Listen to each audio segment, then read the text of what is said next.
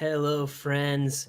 We had to do things a little bit different tonight because I was a little bit low on time, but it is day 18 of our reset. Day 19, I'm sorry, day 19 of our reset. Today we're looking at Luke 22:24 through 30. So if you have not yet read this passage, pause the video and come back when you have. So Jesus is sitting at the table with his disciples, and they start arguing about who's going to be the greatest disciple. They still don't get it after all this time that they've spent with Jesus.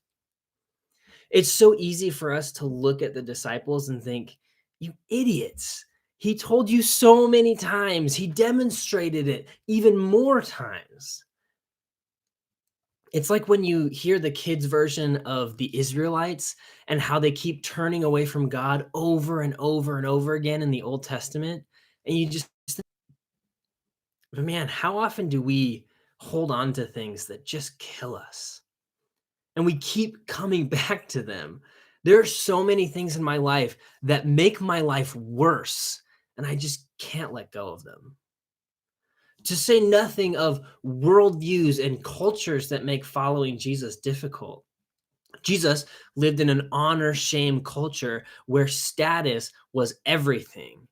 It didn't matter what you did, it mattered who your dad was and how much money and wealth was passed on to you.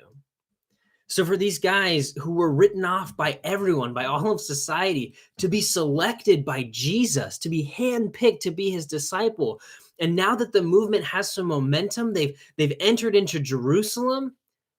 This culture that they have been brought up in starts sneaking into their thinking. And they're going, yeah, we're pretty awesome. Who's the greatest, do you think? And as long as you're not number 12, then you're good, right? If I can at least be above one person, that's all right with me. I'm not last. At least I'm not Thaddeus. And how often do we think in the exact same way? Now, I may not be the best follower of Jesus, but hey, at least I go to worship. At least I've never smoked. At least I'm not that guy. Or if we're talking about cultural barriers, we've talked in the last few weeks a couple different times about the American dream and earning as much money as possible and how that's a culturally acceptable and encouraged idea. But Jesus was pretty explicit about that. Or the idea of loving our enemies. That is anathema to the American ideal of being bigger and badder than our enemies. Blessed are the meek. Meekness is the opposite of what people would call American. So I'm not sure we're all that different from these guys having an argument about who's the greatest. And I love Jesus' response. He says, other kings, they lord their power over people. In verse 26, but not so with you.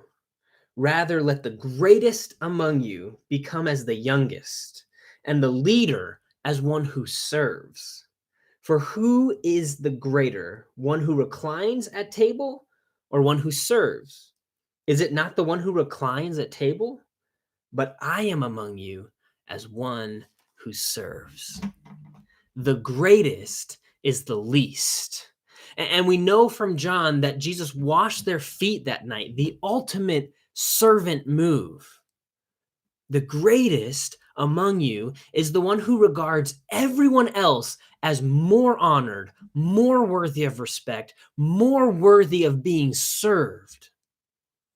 The least among you is of such high value that you should be serving that person to remind her just how valuable she is.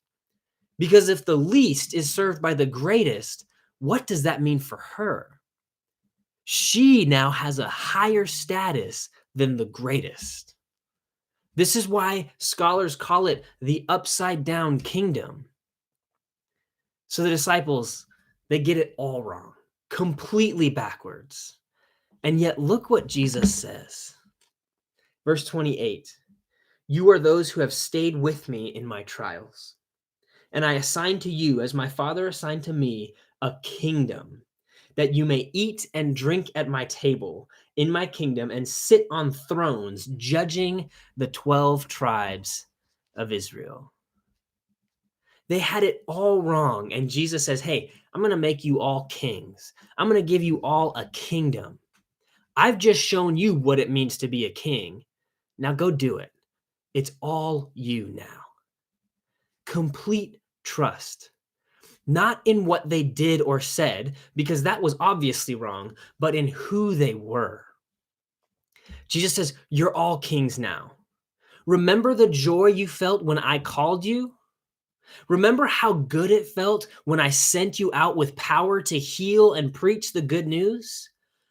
You get to do that for other people now. You thought it felt good to be on the receiving end of that? Just wait until you give it to someone else. The greatest gift that Jesus gave us was partnership.